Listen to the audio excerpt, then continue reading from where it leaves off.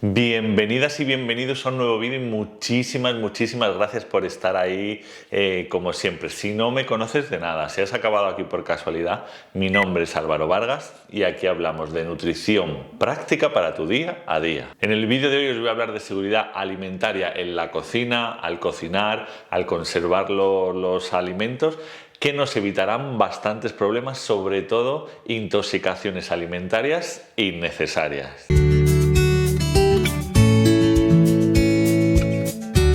Lo primero de todo y antes de empezar, por favor suscríbete al canal, déjame un like, un me gusta, comparte el contenido, el vídeo en redes sociales, entre tus amigas, amigos, familiares, déjame comentarios sobre lo que te parece el vídeo. Bueno, eso básicamente ayúdame a que el canal vaya creciendo. Os tengo que dar las gracias porque ya somos 17.000 suscriptores, creo que se dice suscriptores en YouTube o seguidores, pero bueno, 17.000, que además es una cifra bastante bonita. Bueno, vamos al lío ya, a lo que nos trae hoy aquí.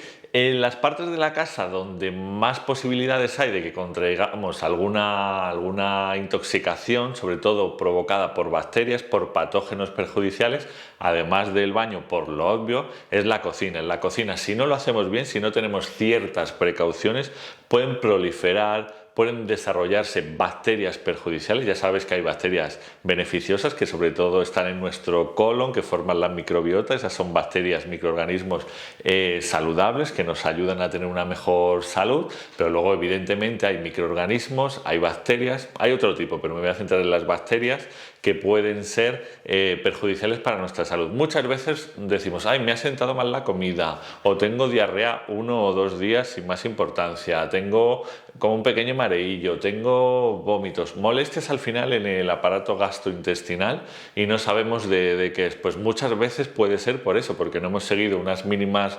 recomendaciones de seguridad alimentaria. Hay una bacteria perjudicial en nuestro alimento, nunca va a ser una, va a ser un grupo de bacterias más o menos grande y que nos provoca esto, y que, como os digo, no sabemos muy bien a veces de dónde viene. Normalmente nos centramos muchísimo en la industria de la alimentación y la seguridad, le echamos un poco las culpas a ello, pero es cierto que en esta parte del mundo la seguridad alimentaria y la industria de la alimentación está muy observada con lupa, es decir, y lo vemos, no suele haber muchos escándalos sobre intoxicaciones masivas. Puntualmente alguno hay, pero muy puntualmente, siempre salen las noticias, nos enteramos, es decir, cuidan bastante todo este tema. Pero luego, una vez que nosotros compramos el alimento en el supermercado, en la tienda del barrio y llega a nuestra casa, ya gran parte es nuestra responsabilidad, además de los procesos de conservación de la industria, lo que nosotros hagamos en casa con esos alimentos. Así que vamos a hablar de 5 aspectos, de 5 consejos sobre seguridad alimentaria en la cocina. El primero de ellos, los estropajos y las bayetas. ¿Cuál pensáis? Bueno, ya os he dado toda la pista. ¿Cuál pensáis que es el utensilio de cocina donde más patógenos se pueden acumular, pueden proliferar? Pues las bayetas. Los estropajos es cierto que no tanto, porque bueno, por la propia estructura que tienen, no es tan fácil que crezcan también.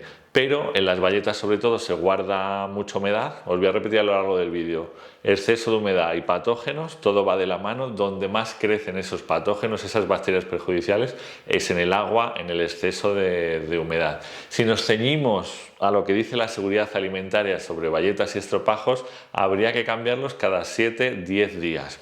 Esto no es muy realista. Yo sé que es lo que habría que hacer, pero yo mismo no lo hago y no es muy realista porque alargamos su vida bastante más. Tampoco es muy ecológico estar cambiando bayetas estropajo tan habitualmente. Lo que sí deberíamos hacer por lo menos es cada 2-3 días meterlos en agua, en la misma pila de fregar o en un barreñito, agua, lejía, dejarlos ahí un mínimo de 2-3 horas y luego escurrirlos muy bien. Tan perjudicial pueden ser las bacterias como que esa lejía acabe en los alimentos y la acabemos ingiriendo, aunque sea poco. Es decir, hay que enjuagarlos muy bien debajo del grifo, pero mínimo eso, cada 2-3 días meterlos, sumergirlos en agua con lejía. También es muy importante cuando acabemos de pasar el estropajo por la cocina y demás y la bayeta, limpiarlos bien debajo del grifo y como mínimo si hay restos de alimentos, por favor quitarlos, quitar esos restos de alimentos, porque alimentos y humedad, proliferación de bacterias casi asegurado, así que estaría bien hacerlo así.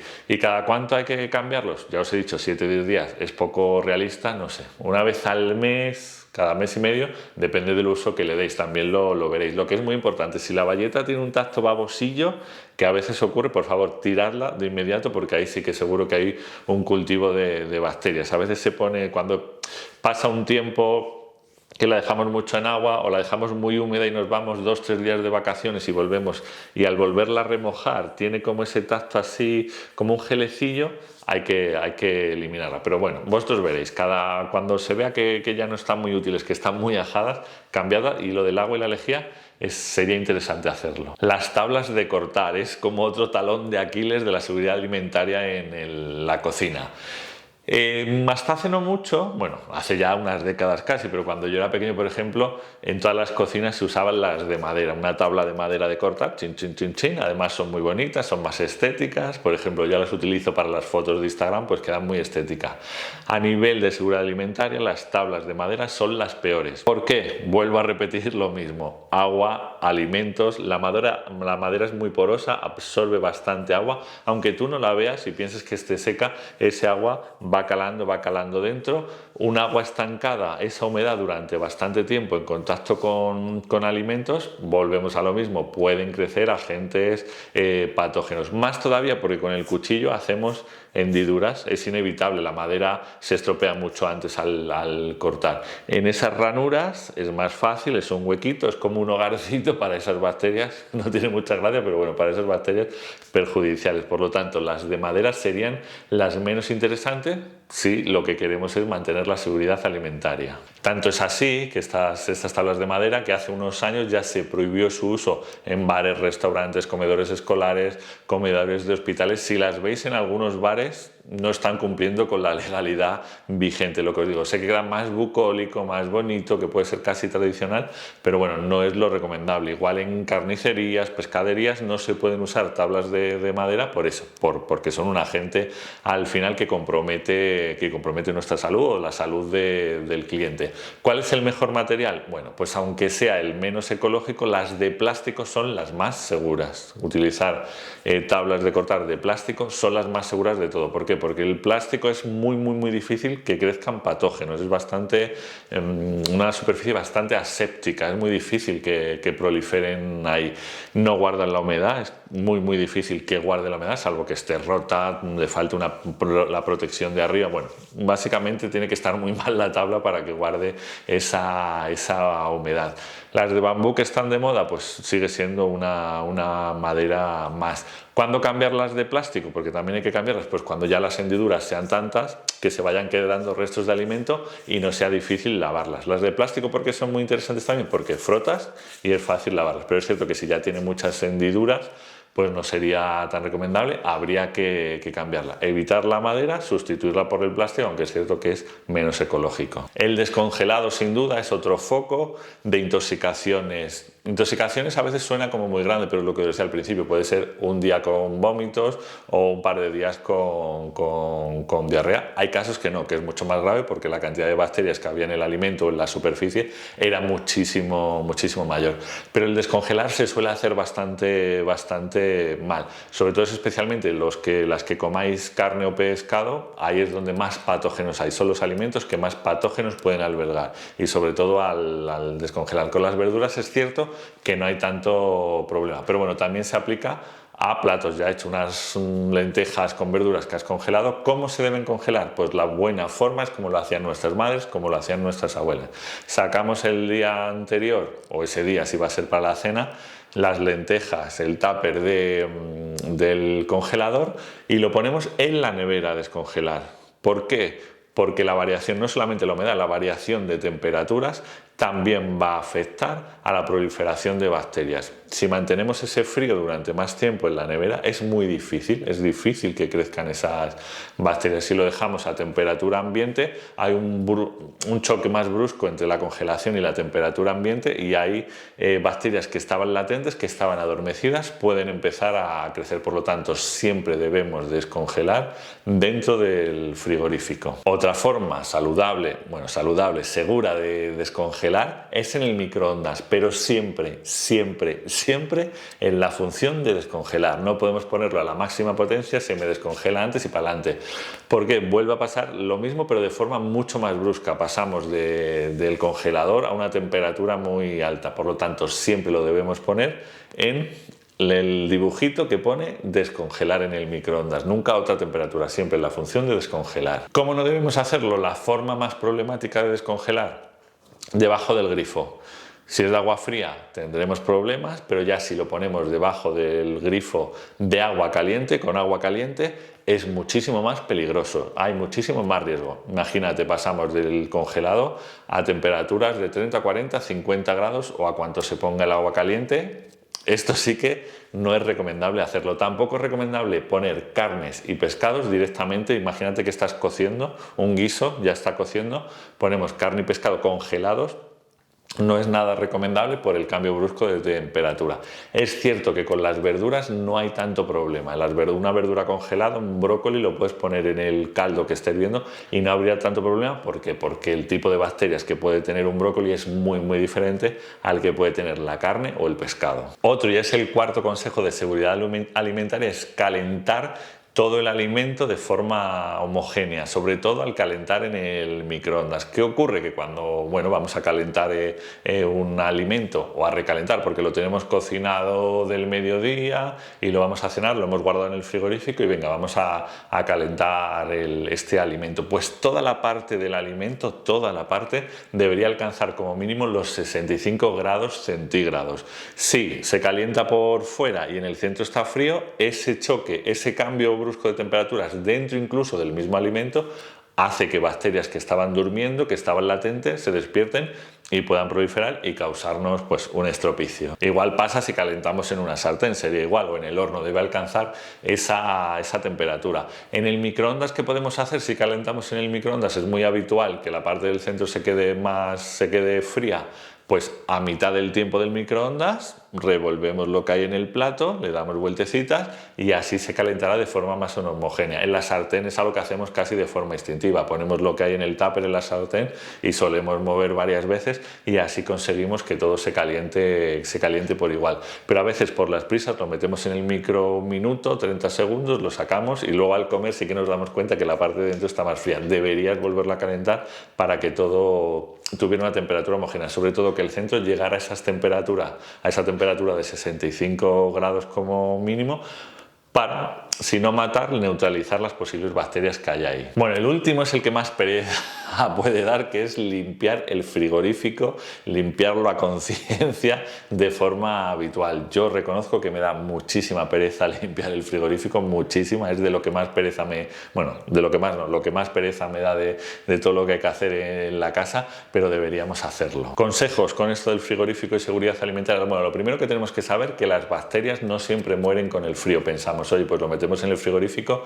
y las bacterias mueren. No, hay bacterias termorresistentes. Es cierto que incluso son más resistentes al frío que al calor. Al calor hay muy pocas bacterias, sí que hay algunas que siguen manteniéndose durante el calor, pero la inmensa mayoría mueren o se neutralizan, pero es cierto que en el frío muchísimas quedan en estado latente, están durmiendo, cuando vuelven a coger calor se reproducen rápidamente si no hemos seguido una serie de consejos que son los que estamos viendo aquí. Lo que os recomiendo es que por lo menos una vez a la semana organicéis los alimentos que hay en ella para ver, que ya no se puede aprovechar y hay que tirar, ojalá no tiréis nada, que se aproveche todo, pero puede que algo quede, alimentos como que se puede trasladar a otros alimentos, mirad las fechas de caducidad, si hay algo caducado no tomarlo, ya sabéis que fecha de caducidad no se puede tomar a partir de esa fecha, hay que ser rigurosos con esto, y consumo preferente se puede seguir tomando, pero ese alimento irá perdiendo propiedades, no quiere decir que nos vaya a provocar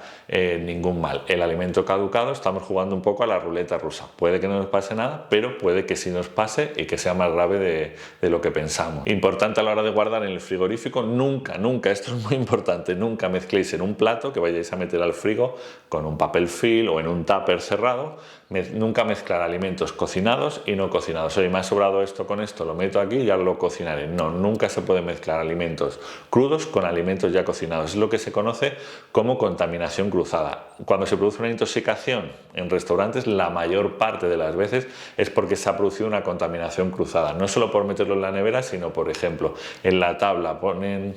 Vuelvo a decir, quien coma carne, me cuesta hablar de la carne porque ya sabéis que yo soy vegano, pero es cierto que es lo que más bacterias, patógenos puede tener. Pero, por ejemplo, en un restaurante, en una tabla de cortar, que os hablaba antes, ponen un trozo de carne cruda, la cortan, no limpian la tabla y ponen otro alimento cocinado, y ese alimento cocinado, que ya ha estado calentado y ha podido matar ciertas bacterias, se contaminan de esa carne que todavía está cruda. Es la contaminación cruzada, que es la mayor, yo diría que es el mayor foco de intoxicaciones, tanto en casa como en la hostelería. Cuidado también, mucho cuidado con los jugos al descongelar. Ya os he dicho, la mejor forma de descongelar: sacamos del congelador, ponemos en la nevera. Siempre, aunque sea un tupper, pon un plato debajo, un plato, el tupper o lo que vayas a descongelar. Si está en una bolsa, pues lo pones siempre en un plato. ¿Por qué? Porque esos jugos que vas soltando al descongelar ese agua, si cae en el resto de alimentos, los puede contaminar. Al final estamos otra forma de contaminación cruzada. Ese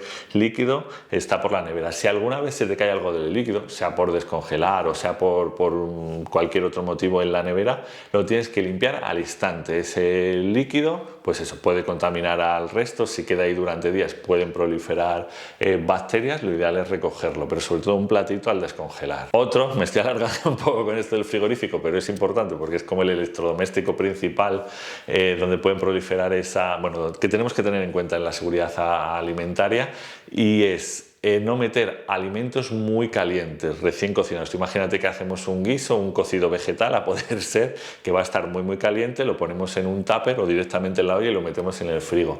¿Qué pasa ahí? Pues que va a bajar la temperatura de todo el frigorífico en general. Va a bajar la temperatura de muchos de los alimentos que hay en el frigorífico. Ya os he dicho que los cambios bruscos de temperatura puede provocar que crezcan bacterias perjudiciales. Por lo tanto, mejor lo dejamos un rato fuera de la nevera. Si lo hemos cocinado, lo retiramos del fuego. Es cierto que no se puede, otro consejo de seguridad alimentaria, dependiendo de la época del año, si hace más calor o menos calor y el tipo de alimento, pero bueno, generalmente no debería estar más de 1 hora y media, 2 horas fuera, sin refrigerar eso que hemos cocinado. Si es una olla muy grande de cocido y no se va a enfriar en 1 hora y media, divídelo en tuppers y va a ser más fácil que si baje de temperatura. Y cuando esté a una temperatura no tan caliente, no tiene que estar frío, pero una cosa templada, ya lo puedes meter en el frigorífico, y así no varía las temperaturas del resto de alimentos. Bueno, y el último es ¿cada cuánto tiempo sería recomendable limpiar la nevera y el frigorífico? Pues hablando en términos de seguridad, 1 vez al mes deberíamos limpiar la nevera, haciendo ese repaso semanal de si hay cosas que hay que tirar, hay cosas que se han puesto malas, que tienen moho, que han caducado, viendo qué hay en el fondo de la nevera, que a veces se nos van quedando cosas en el fondo de la nevera, haciendo esa mini limpieza semanal. Pues ya una limpieza profunda 1 vez al mes estaría bien. Sé que muchas lo haréis semanalmente en profundidad, hay otras personas que tardarán 2 o 3 meses.